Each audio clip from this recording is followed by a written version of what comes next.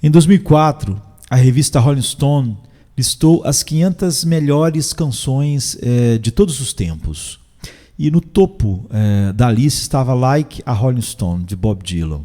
E em segundo lugar, né, logo depois, veio I Can't Get No Satisfaction, dos Rolling Stones. Então essa canção dos Rolling Stones é tanto no sentido pretendido, mesmo quando podada assim, de suas insinuações, serviu como o hino da última metade do século XX. Ela foi lançada em 1965, ou seja, 4 anos antes de eu nascer.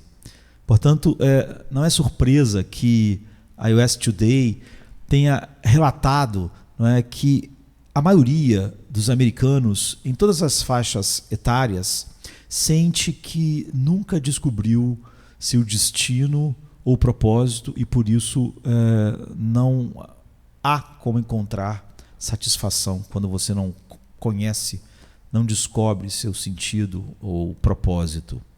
Então, não há razão para que devessem mesmo, pois uma vez que nos isolamos do solo, meio e fim da nossa satisfação e do nosso destino, simplesmente nós morremos de fome espiritualmente.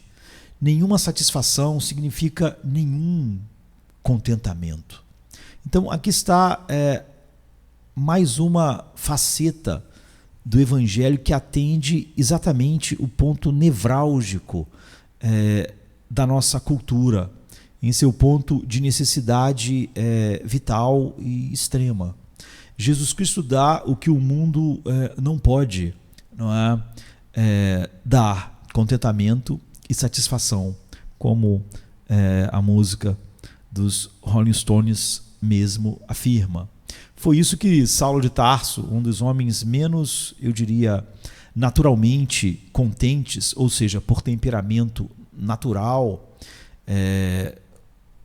que o levasse naturalmente a qualquer tipo de satisfação, foi isso que Saulo de Tarso descobriu. Ele disse: aprendi em qualquer situação a estar contente, satisfeito. Não é? Eu sei, Paulo diz, ser humilhado, passar necessidade e sei como ter abundância. Eu posso todas as coisas naquele que me fortalece, em Filipenses 4, de 11 a 13. Agora, o que significa estar contente? Eu aprendi a estar contente, a estar satisfeito.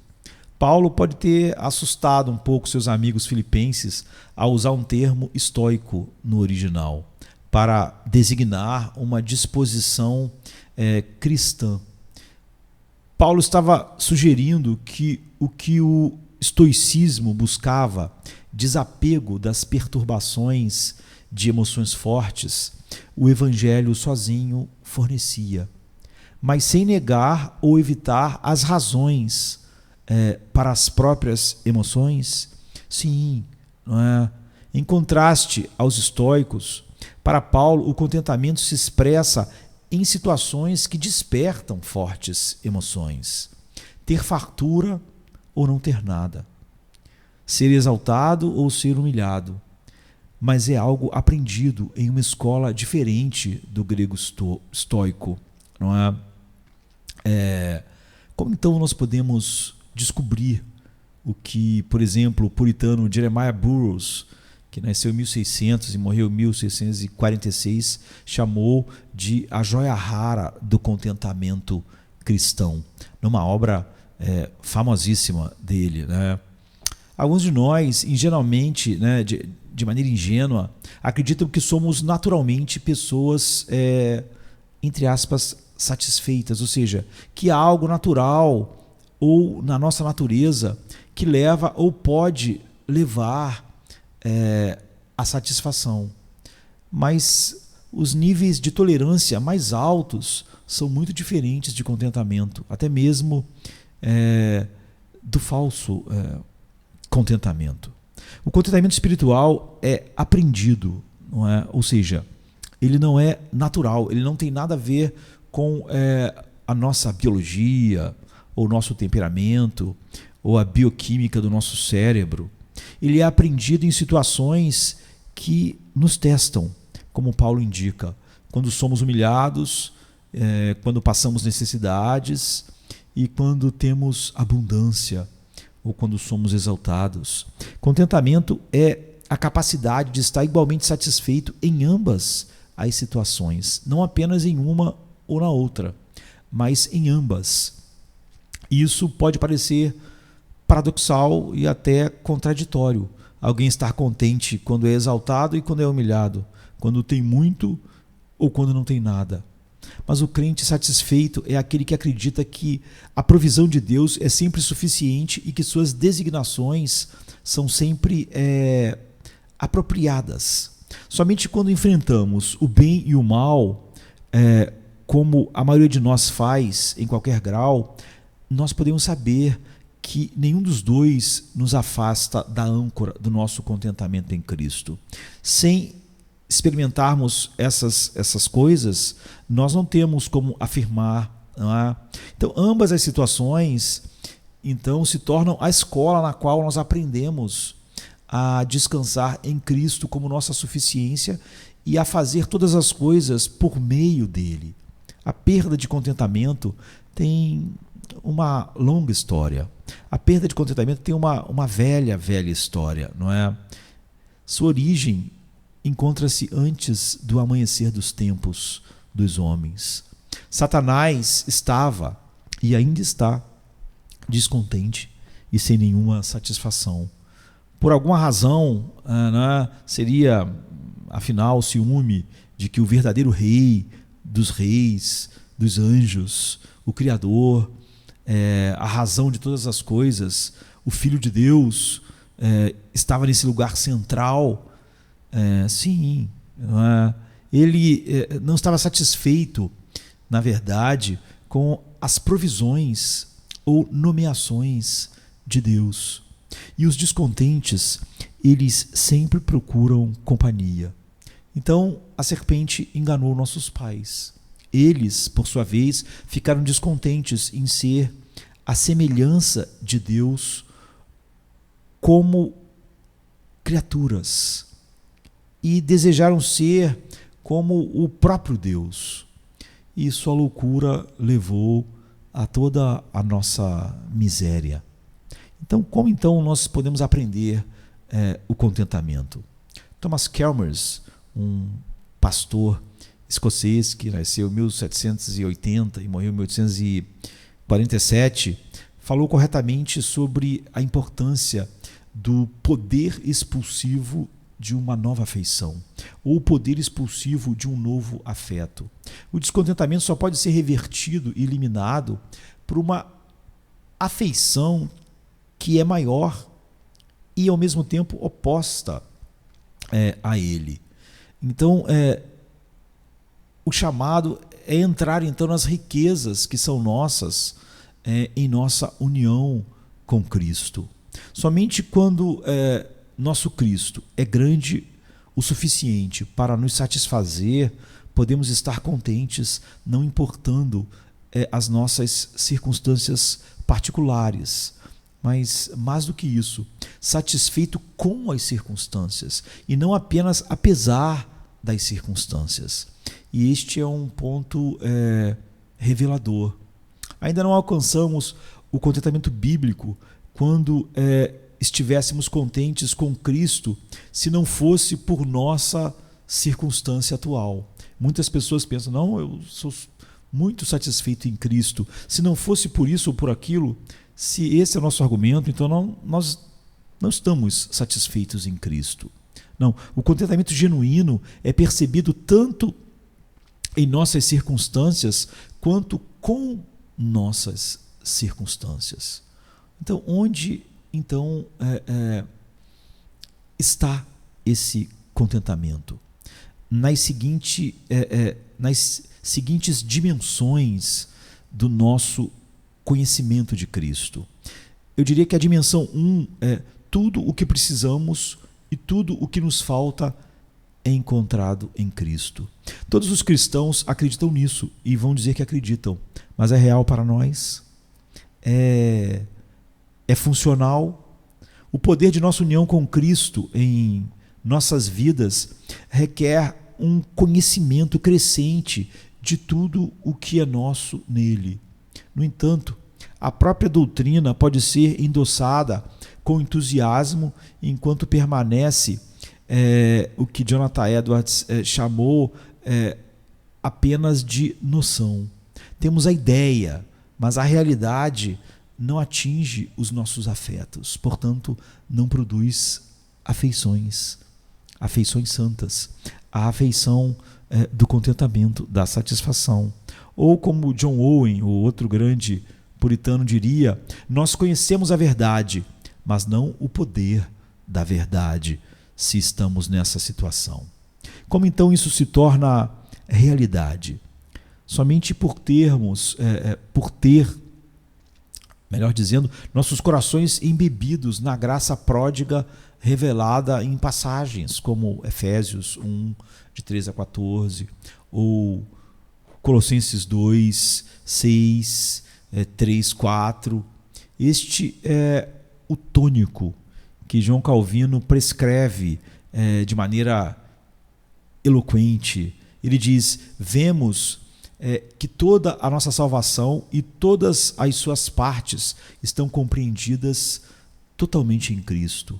Devemos, portanto, diz Calvino, ter o cuidado de não derivar a menor parte dela de qualquer outro lugar. Nas Institutas 2.16.19. Calvino termina revelando, contrastando aqueles para quem isso é verdade com aqueles que não estão contentes somente em Cristo. Então nós temos essa primeira dimensão e depois a dimensão 2. Este Cristo todo suficiente está conosco. Hebreus 13, 5 e 6 nos exorta a nos contentarmos com as coisas que possuímos, não é? Nos contentarmos com o que temos. Mas o autor de Hebreus explica por que devemos nos contentar. Quer ganhemos ou venhamos a perder, quer tenhamos ou não qualquer coisa, relacionamento e etc., quer na alegria ou na tristeza, o autor de Hebreus diz, ele mesmo disse, não te deixarei, nem te desampararei. O texto grego contém um punhado de negativas, na verdade 5, que ficariam ruins na gramática portuguesa, mas permitidas, não é, no grego, e diria mais, gloriosas na teologia, essas negativas, não te deixarei, não, não, não. A mensagem é, este Senhor Jesus, todo suficiente, está com você, de jeito nenhum ele vai deixar você. E isso é tudo o que você precisa. Portanto, você vai estar contente com o que você tem, ou com o que a providência trouxe para a sua vida ou não, não é? Em coisas, relacionamentos, etc. No final do dia, Cristo é a única suficiência. Você não terá mais nada até dar o seu último suspiro. Mas visto que ele será suficiente para você por toda a eternidade, ele não é menos suficiente agora no tempo também. Se Jesus foi insuficiente para nós no tempo, então é uma tolice afirmar que ele será suficiente na eternidade. Se ele não pode ser minha satisfação em algumas décadas, como ele seria minha satisfação por toda a eternidade? Se por alguns anos, 50, 60, 70 anos, ele não pode ser minha satisfação sozinho, como ele será minha satisfação sozinho por toda a eternidade? Então nós temos a dimensão 3. Não é? Nós estamos nesse Cristo todo suficiente. Estamos unidos a Ele no conselho eterno. Ou seja, já estávamos unidos a Ele na aliança eterna entre o Pai, o Filho e o Espírito, na eternidade, na união federal, ele como cabeça federal, e estamos unidos a ele por sua encarnação e pelo dom da fé que ele comprou para nós. Então toda a plenitude da divindade habita em Jesus corporalmente, e nós chegamos à plenitude de vida nele, não é? Na verdade, nós somos completos nele, é o que Paulo diz em Colossenses 2, 9 e 10. Como Calvino nos ensina em sua encarnação, em sua vida, em sua morte, em sua ressurreição, em sua ascensão, em sua intercessão e em seu retorno, Cristo se considera incompleto sem nós. Então, que contentamento é encontrado em saber que isso é verdade, não é? Em quarto lugar, a dimensão 4 é que este Cristo todo suficiente está em nós. Nós podemos dizer com Paulo, já não sou eu que vivo, mas Cristo vive em mim, como está em Gálatas 2, 20. Nós não minimizamos a chocante realidade paralela de que o pecado habita em mim, não é como Paulo diz em Romanos 7, 17. Mas esse fato também não deve diminuir a verdade mais surpreendente da promessa de Cristo de habitar em nós no poder do Espírito Santo, até mesmo fazer sua morada conosco, como está em João 14, 17, 20, 23, 17, 23, enfim, em vários textos onde Jesus diz isso diretamente. Então, aqueles que se apegam a essas verdades aprendem, em qualquer estado em que estejam, a estar contentes, satisfeitos, com verdadeira afeição de deleite, desfrute, alegria. Em Cristo, eles encontram tudo o que precisam e tudo o que lhes faltam. Eu diria que há também uma quinta dimensão. E Paulo entendeu isso, se você olhar, por exemplo, a Filipenses 3, de 7 a 11. No entanto, ele também sabia que nem ele, nem nós alcançamos a plenitude final dessa realização. Sua plenitude, e ele diz isso nos versos de 12 a 14. Mas Cristo também está em nós como a esperança da glória, isto é, a garantia presente do que ainda não foi realizado, como Colossenses 1,7 diz. Um dia ele aparecerá e transformará nossos corpos de humilhação, não é, para ser como o seu corpo glorioso. O apóstolo Paulo diz em Filipenses 3, 21. Então nós vamos despertar e ficar satisfeitos com a sua semelhança, é que o Salmo 17, 15 diz, e 1 João 3, 2 também.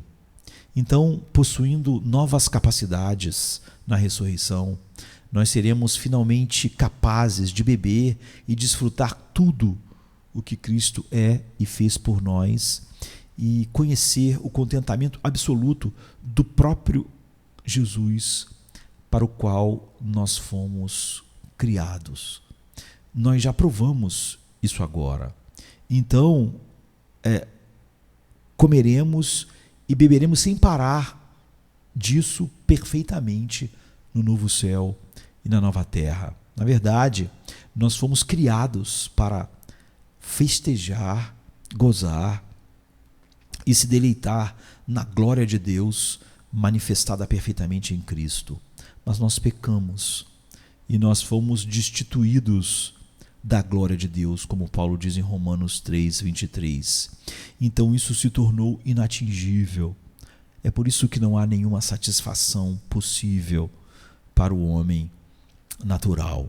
Então não é de se admirar que aqueles feitos para o eterno sejam por natureza descontentes com o temporal.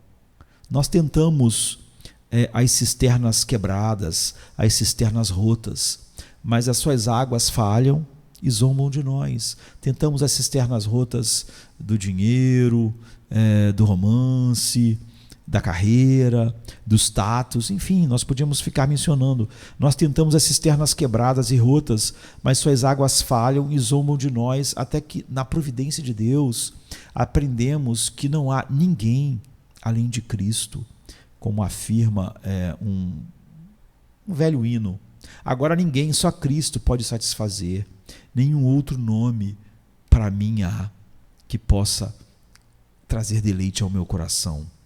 Há amor, vida e alegria duradoura, Senhor Jesus, encontrada só em Ti e em Ti somente. Então, o Salmo 131, verso 12, descreve tudo isso para nós, mostrando que, por natureza, nós somos como crianças não desmamadas. Nós desejamos apenas leite, não temos gosto por comida sólida, por sólidos, e ficamos descontentes até confessar: não consigo obter nenhuma satisfação. Nada pode me dar satisfação. Então, exaustos, nos rendemos a Cristo e aprendemos a dizer: minha alma agora é como uma criança desmamada para com sua mãe. Aqui está o bendito paradoxo. No momento em que você se entrega a Ele, você começa a aprender o contentamento e desfrutar satisfação. Então, que Deus conceda este contentamento a todos os que o conhecem. E nós podemos dizer isso, que Ele conceda, porque é isso que Ele promete, e na verdade é isso que é conhecer Cristo. É por isso que Ele se descreve como o pão da vida, que satisfaz a fome, como a água da vida, que satisfaz toda a sede do ser. Então, se nós o conhecemos, então nós teremos. Essa é a promessa. É isso que o coração humano anseia. É isso que Cristo é. Amém, queridos? Amém. Até a próxima.